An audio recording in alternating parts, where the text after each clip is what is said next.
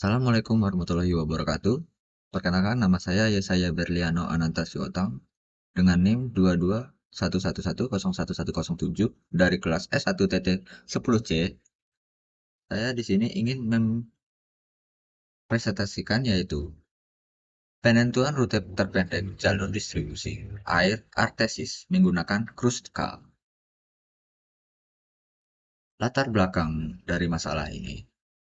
Air bor adalah air yang berasal dari pembuatan sumur dengan alat bantu bor untuk memperoleh sumber air artesis.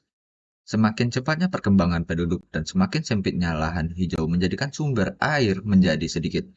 Masalah air bersih pun semakin banyak ditemui. Pada saat ini, air bersih yang diperoleh masyarakat berasal dari dua jenis sumber, yaitu sumur bor dan PDAM. Menggunakan air artesis banyak sekali diterapkan oleh masyarakat karena dapat menghemat listrik dan tidak dibatasi seperti penggunaan air PDAM.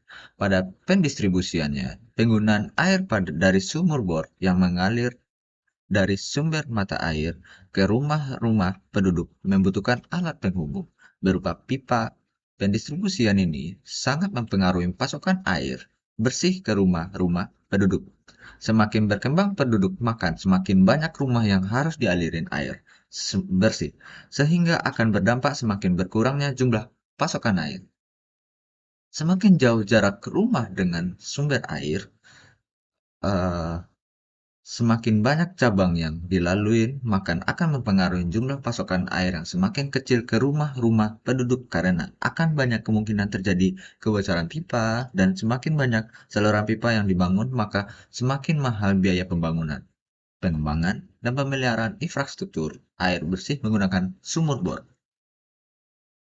Tujuan dari penentuan rute terpendek jalur distribusi air artesis menggunakan Kruskal adalah satu, menentukan jalur terpendek agar setiap rumah dialirin air dari sumur bor, meminimalkan biaya yang terpakai agar lebih efektif. Tiga, mengurangi bahan pemakaian dalam pembuatan jalur yang dialirin air dari sumur bor. Metodenya, satu. Pada tahap ini mengimplementasikan algoritma Kruskal untuk menentukan rute terpendek. Kemudian, hasil dari analisis perhitungan tersebut digunakan sebagai alat untuk pengambilan keputusan pada tahap penyelesaian permasalahan objek dipresentasikan dalam bentuk graf. Pada mencari pohon rentang minimal dari graf G dengan algoritma yang ditemukan Kruskal mula-mula. Semua hal dalam G diurutkan berdasarkan bobot dari kecil ke besar. Kemudian pilih garis dengan bobot terkecil tetapi tidak membutuhkan loop dengan garis-garis yang sudah terlebih. Misalnya, G adalah graf mula-mula dengan N titik T adalah pohon merentang minimal E. Himpunan semua garis G secara formal algoritmanya yang ditemukan Kruskal dapat dinyatakan sebagai berikut. Isi T dengan semua titik G pada garis M sama dengan 0. Lalu, selama M kecil dari N-1, lakukan 1. A. Tentukan garis E elemen dengan E bobot minimum. Jika ada beberapa E dengan sifat tersebut, pilih salah satu dengan sembarang.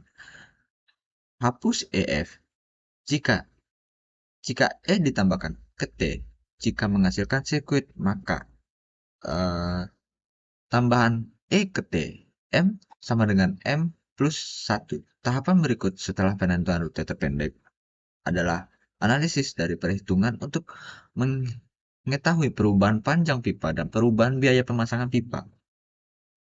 Nah, hasil pertama pada saluran pipa sumur bor awal, yaitu pada gambar berikut, merupakan saluran pipa sumur bor yang sesuai dengan analisis citasi. Hasil wawancara dari survei terdapat 23 rumah dengan panjang 340 meter pada gambar berikut. Nah, banyak beberapa titik rumah yang dilalui, banyak dalam hal merupakan gambar jalur pipa dalam pendistribusian. Pada gambar terlihat banyak nodes yang bulat-bulat ini yang dialirkan banyak jalur seperti pada titik 20 yang di kuning ini terhubung dengan titik 4 dengan yaitu 19, 17, 21, 22 melewati beberapa titik.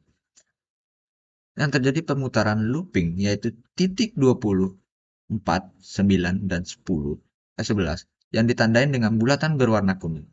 Hal ini menyebabkan pemborosan infrastruktur pipa dan menyebabkan susahnya mendeteksi kerusakan apa. Nah, langkah-langkahnya yaitu langkah pertama pada gambar sebelah kiri ini memberikan bobot pada tiap di antaranya 2 notch. Berikutnya memilih garis yang bobot yang paling minimum, mencari panjang pipa yang paling pendek di antara pipa-pipa yang lain, dan ditemukan pipa berukuran 3 meter di antara titik 8 dan 10. Tahap berikutnya adalah mencari pada pipa yang berukurannya pendek dan lebih besar dari pipa pertama dan ditemukan pada berukuran 4 meter pada gambar berikut. Lakukan cara yang sama pada langkah-langkah selanjutnya. Nah, ini beberapa langkah dari langkah ketiga, 4, 5, 6, 7, 8, 9, 10, dan selanjutnya. Itu sama dengan langkah-langkah yang diterapkan pada langkah-langkah 1 dan 2. Hasil dari yang telah dicoba, hasil implementasi pada algoritma Kruskal akan menggunakan pipa sebelumnya menggunakan algoritma Kruskal adalah 11.936.500 dan setelah menggunakan algoritma Kruskal adalah 7.535.500 sehingga dapat menghemat biaya yaitu 4.400.000 rupiah.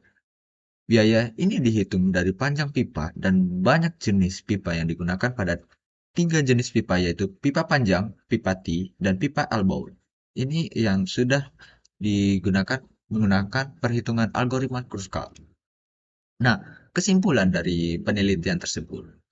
Ini dapat disimpulkan bahwa algoritma Kruskal dapat memberikan solusi yang optimal dalam pemecahan sebuah masalah.